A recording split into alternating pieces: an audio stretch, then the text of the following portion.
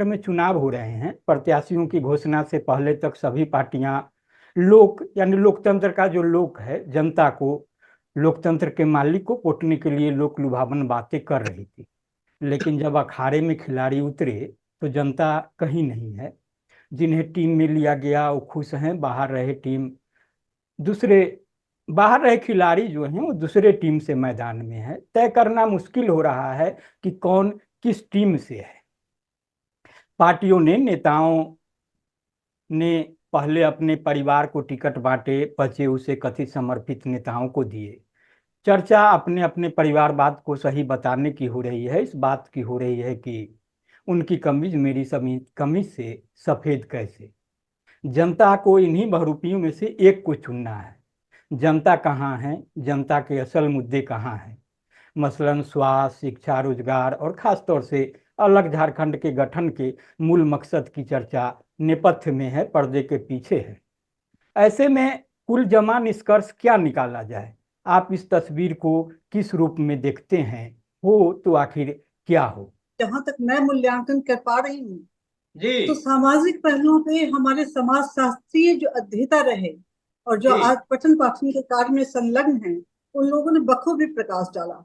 अब आपने जी साहित्यिक पक्ष की बात की है, तो मुझे ध्यान आता है रमेश चंद्र मीना की वो पंक्ति कि महुआ के पेड़ों के बदले हमारी दारू की बोतल, आदमी बनाने की ओट में सब कुछ छीन लिया, अस्मत भी और अस्मिता भी।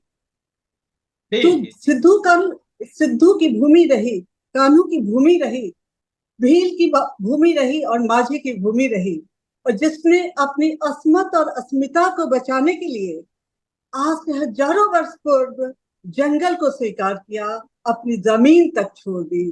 वो जब ये दर्द बयां करता है तो कितना पैनापन और तीखापन लिए हुए है, और उस पर भी, उससे भी ऊपर तो दयनीय और दुखी करने वाली बात यह है, उनके द्वारा, उनके लोगों के द्वारा उनके ऊपर किया जाने वाला कुठाराघात।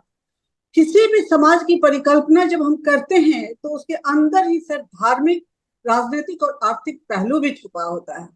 जी जी यहाँ कौन सा पहलू है जिसकी विशद विवेचना आपने कर दी? एक साल 2000 में कहिए कि इन्होंने स्वर दिया कि हम आजाद हुए। ये जी भारत और पाकिस्तान की आजादी नहीं थी, ये मध्य प्रदेश से छत्तीसगढ़ की आजादी थी, और ये बिहार से झारखंड की आजादी थी। लेकिन ये आजादी नहीं थी, भाई भाई के हिस्से की बात थी। चलो दिया हम, चलो होना भी चाहिए था, लेकिन उसको कितना सहेज पाए, यह थोड़ा सोचनीय प्रश्न है। अजीत संभाल ले गए और यहाँ हमारे दिशोम गुरु ढह गए, रघुवर दास ढह गए। जो जी परंपरा इन्होंने चलानी चाहिए थी, तो ये सिर्फ मैं दृष्टि की बात ही नहीं करती, ये दृष्टिकोण की भी बात है कि आपने उसे कितना साइंटिफिक लिया, आपने उसे कितना समझा। भारत की जो दुर्दशा आजादी के समय हुई थी, सर याद होगा, भारत पाकिस्तान के बंटवारे की कहानियों को हम सुना करते हैं। सब कुछ छत बिछत हो गया, छिन्न भिन्न हो गया। कुछ हाल ऐसा ही झारखंड का भी होता है। अजीत जहां इलेक्ट्रिसिटी को बढ़ावा दे गए, कृषि को बढ़ावा दे गए, वहां हमारे ये अध्येता जो हैं बाबूलाल मरांडी, रघुवर दास जी, हेमंत सोरेन जी, इनके पिता दिसोम गुरु जी, ये कुछ और ही सोचते रह गए।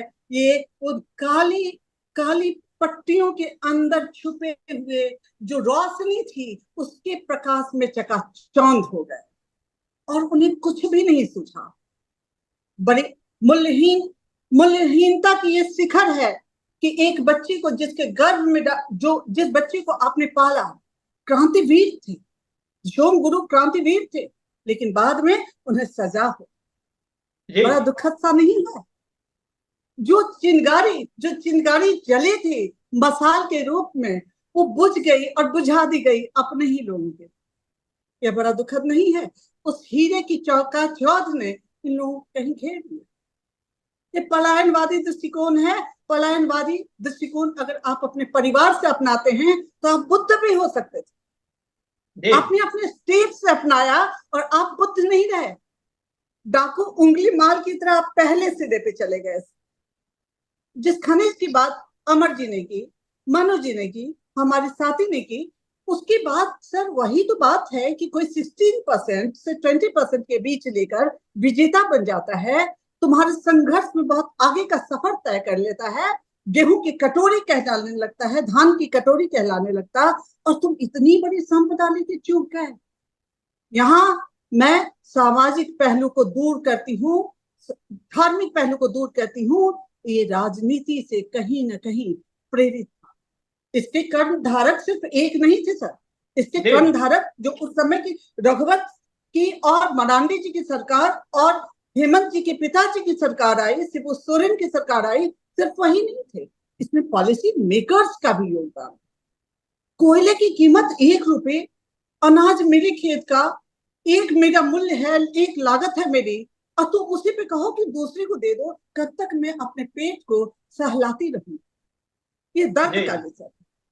उसके प्रति झारखंड, झारखंड को तुम गरीबी रेखा के नीचे कहते हो। सबसे बड़ी संपदा थी 1757 में से 1857 के बीच में अंग्रेजों को ये बात समझ आ गई कि हमें यहाँ के धन को किस तरीके से इसका निकास करना है और ईंधन के रूप में कैसे प्रयोग करना है। और तुम इतने वर्षों से युद्ध लड़ लड़ के उनकी नीति से वाकिफ हो गए थे और अपनी स्टेट के सोना को, हीरे के को और जवाहरात को, बचे हुए खनिज संपदा को संभाल नहीं पाए।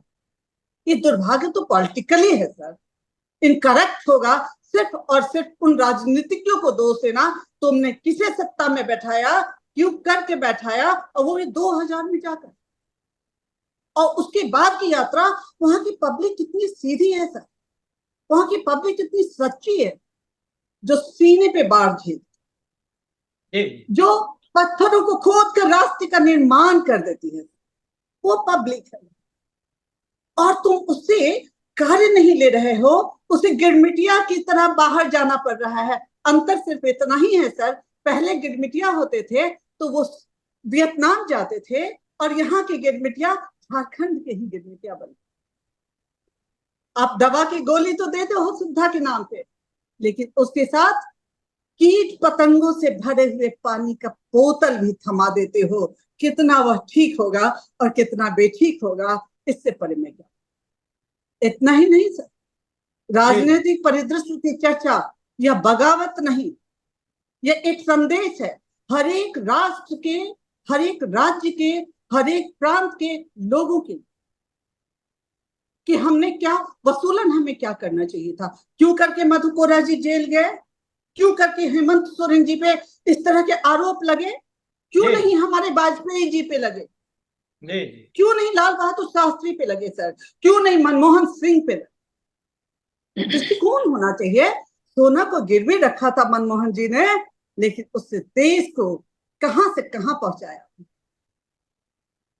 सर 2-4 पंक्तियां कवि कहती हैं, एक कवयित्री हैं इनकी, केरकट्टा कहती हैं, सुखना के भूख की दास्ता आज भी जीवित है उस समाज। तो सुखना के भूख की दास्ता को अगर आप कहते हैं कि मैं, अगर हेमंत सोरेन जी की पत्नी कहती हैं कि आपका भाई है, ये आपका चाचा है, तो भाई और चाचा को, बहनों को सबसे पहले संरक्षित करने की जरूरत है। मैया योजना के तहत 1000 रुपए देने की जरूरत नहीं है। बहनें जब तभी संरक्षित होती, माएं तभी संरक्षित होती, जब पुरुष वर्ग का जो स्वामी है उसके घर का, वो संरक्षित है। युवाओं के लिए रोजगार कहाँ है, पिता के लिए दवाएं कहाँ हैं।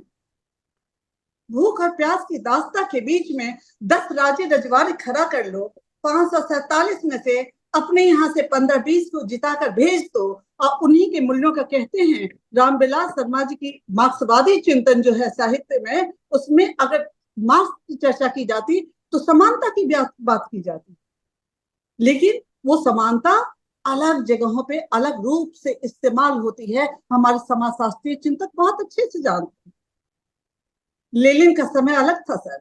यहाँ की समानता ये होनी चाहिए, जो समृद्ध पे समृद्ध होते जा रहे हैं, आखिर वो समृद्ध कैसे हो रहे हैं, इसकी, इस आर्थिक पहलू की उन्नति, और गरीब गरीबी रेखा से नीचे और कैसे जा रहे हैं, उनकी अवनति के बीच के कारणों को खोजने की जरूरत।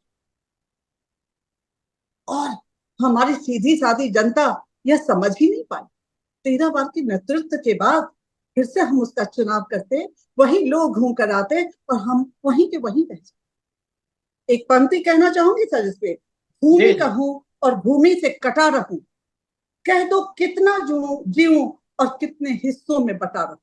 ये वहां की जनता कहती, और जनता जनार्दन सर। वो जगह भी, अगर मध्य प्रदेश से अगर अजीत जी को डिमांड करना पड़ा कि तुम हमारी इलेक्ट्रिसिटी के बदले में तुम हमें पैसे दो, क्योंकि आर्थिक पहलू अगर किसी भी राज्य का समृद्ध नहीं है तो वो राज्य नहीं है। बिहार से जब झारखंड गया तो समझिए कि बिहार से दिल चला गया, आत्मा चली गई सर। एक तरफ हमारे भोले बाबा चले गए और दूसरी तरफ जमशेदपुर और बोकारो चला गया, फिर भी तुम समृद्ध नहीं हो पाए। यह दुर्भाग्य है इस देश का, इस राज्य का और यहाँ की जनता का, जो आज भी भावना के स्तर पे कार्य करती है और चुनाव के समय अंधी हो जाती है। प्रत्याशियों को का चयन करो और प्रत्याशियों को टिकट देने वाले को भी इसका चयन करना चाहिए। रमनिका साहित्य के क्षेत्र में झारखंड की मिट्टी से आने वाली रमनिका इस चीज की मिसाल है। उन्होंने बात बात पे इस मुद्दे को उठाया और संजीव जैसे रचनाकार ने इस दर्द को समझा। निर्मल पुतुल जैसे लोग गाते निर्मला पुतुल, हाँ जी, इन लोगों को अब धार, माटी कटकाटी जैसे उपन्यास में आप देखिए, धार जैसे उपन्यास में देखिए, इस सत्य को किस तरीके से बखूबी बयां किया। हेमंत भाई साहब को सबका सिरमौर बनने का समय जब था, वो उस कृत्य से शायद चूक गए जिसकी सजा उन्हें कहीं न कहीं भुगतनी पड़ी। हो सकता है, कहते हैं कि अंत के बाद आरंभ और आरंभ के बाद अंत होता है। नई दृष्टि, नए विजन, अजीत जोगी जी की तरह नए विजन के साथ उतरे और कुछ अपने प्रांत के लिए करने का सोचे, वही झारखंड की किस्मत होगी। जो भी आने वाला है वो भविष्य में इस चीज पे चिंतन मनन करे कि हमारे यहाँ तो मतलब इतनी सारी प्राकृतिक उपादान मिले, दोनों को समृद्धशाली रूप में मिला, एक समय में मिला। कहीं सीमेंट की सतना की फैक्ट्री बैठ जाती है और आपके यहाँ नक्सलवाद का जन्म हो जाता है। दोनों की पृष्ठभूमि तो वही थी सर। इसे समझने की जरूरत है, इसे गुणने की जरूरत है और इसे बुनने की जरूरत। तो इसलिए राजनीतिक परिप्रेक्ष्य में इसे सुधारने की जरूरत है। और आर्थिक तो क्या कहने हैं सर, इतनी संपदाएं भारत के किसी अन्य राज्य को नसीब नहीं हुआ। अभी भी वहां कोयले को खोदकर बालू भरने की जरूरत नहीं, उसको मार्केट में उतरकर उससे क्या हम उपले से, हमारा बिहार कोयला तो दे दिया लेकिन अपने उपले से अपनी स्थिति को संभाल कर रखा सर।